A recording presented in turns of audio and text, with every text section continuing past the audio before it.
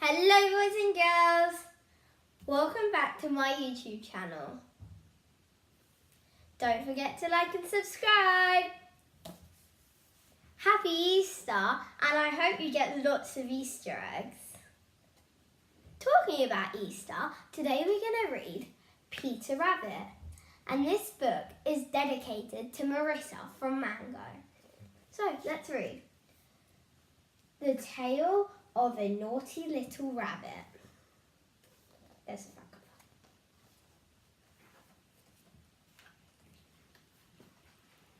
If you haven't, why don't you read on with me?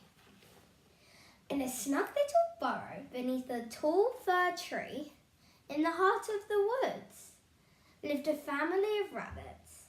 There was Mrs. Rabbit and her 3 little daughters, Flopsy, Mopsy and Cottontail, who were all as good as gold. And then there was Peter. Here he is. Look, one naughty little rabbit wearing his smart new coat.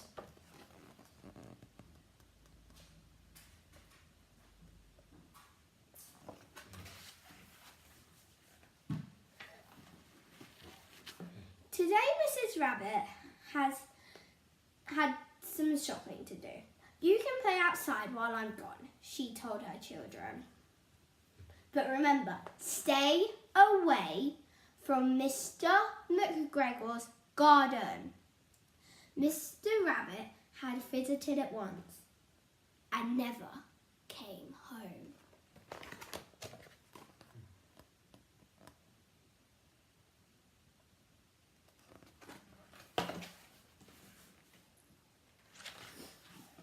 While Mrs. Rabbit was out, Flopsy, Mopsy and Cottontail busied themselves like good little bunnies, picking wild blackberries for tea. But not Peter. He ran straight to Mr. McGregor's garden. Here he is. Look, one naughty little rabbit squeezing himself under the gate.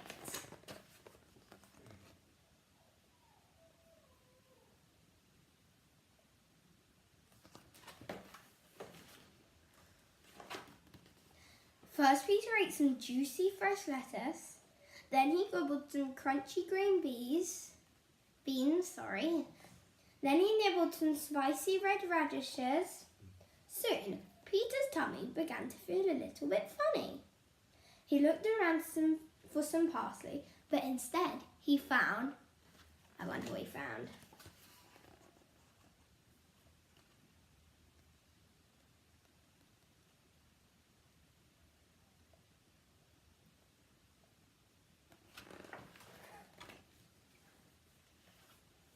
Mr.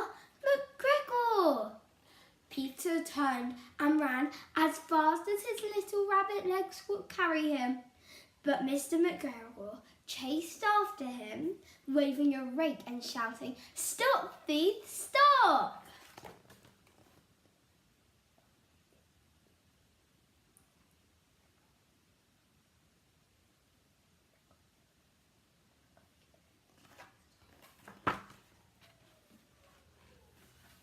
Poor Peter was very frightened. In his panic, he couldn't remember the way back to the garden gate. This is a disaster. He ran back and forth all over the garden with Mr. McGregor close behind him. Here he is. Look, one naughty little rabbit running for his life.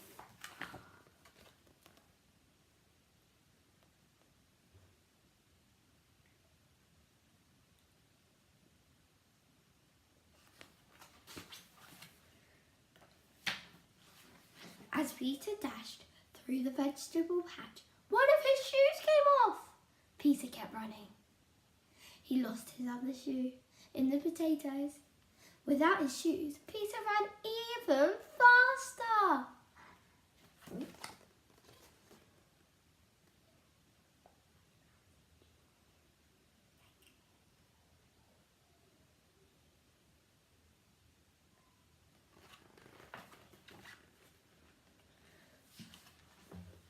Straight into the net around the gooseberry bushes.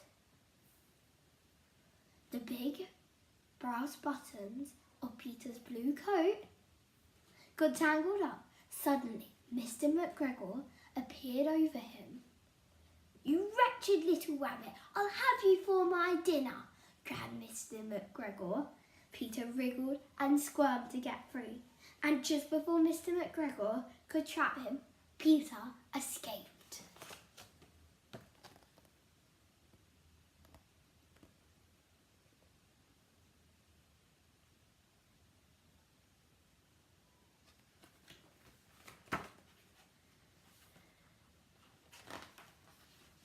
"Maybe I'll be safe in the tool shed," thought the little scared rabbit. A big grey watering can seemed like the perfect hiding place until Peter discovered how much water there was inside. But Mr. McGregor had followed him into the tool shed. He began turning over flower pots one at a time, searching for Peter. All of a sudden, he heard a rabbity sneeze. "Achoo!" from inside the watering can.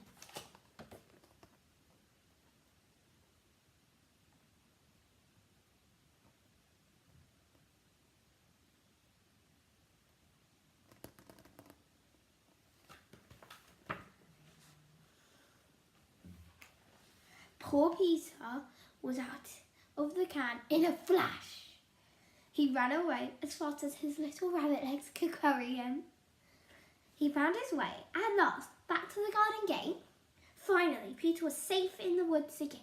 He ran all the way home without stopping.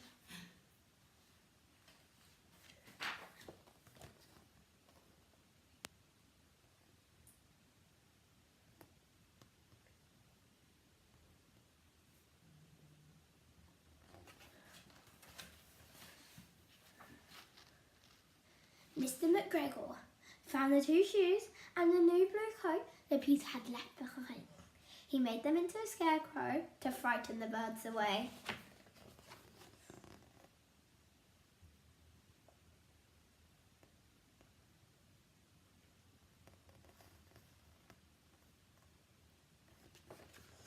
At least they were put to good use.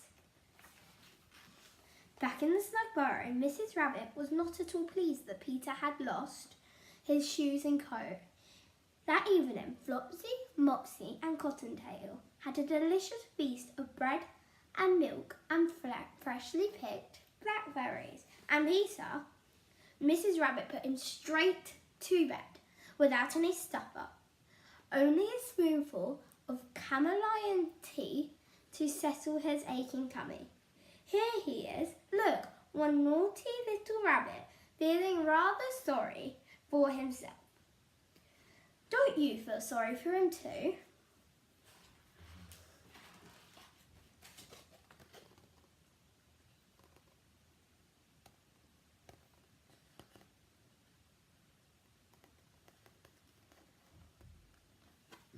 So that's the end of the book. Did you like it?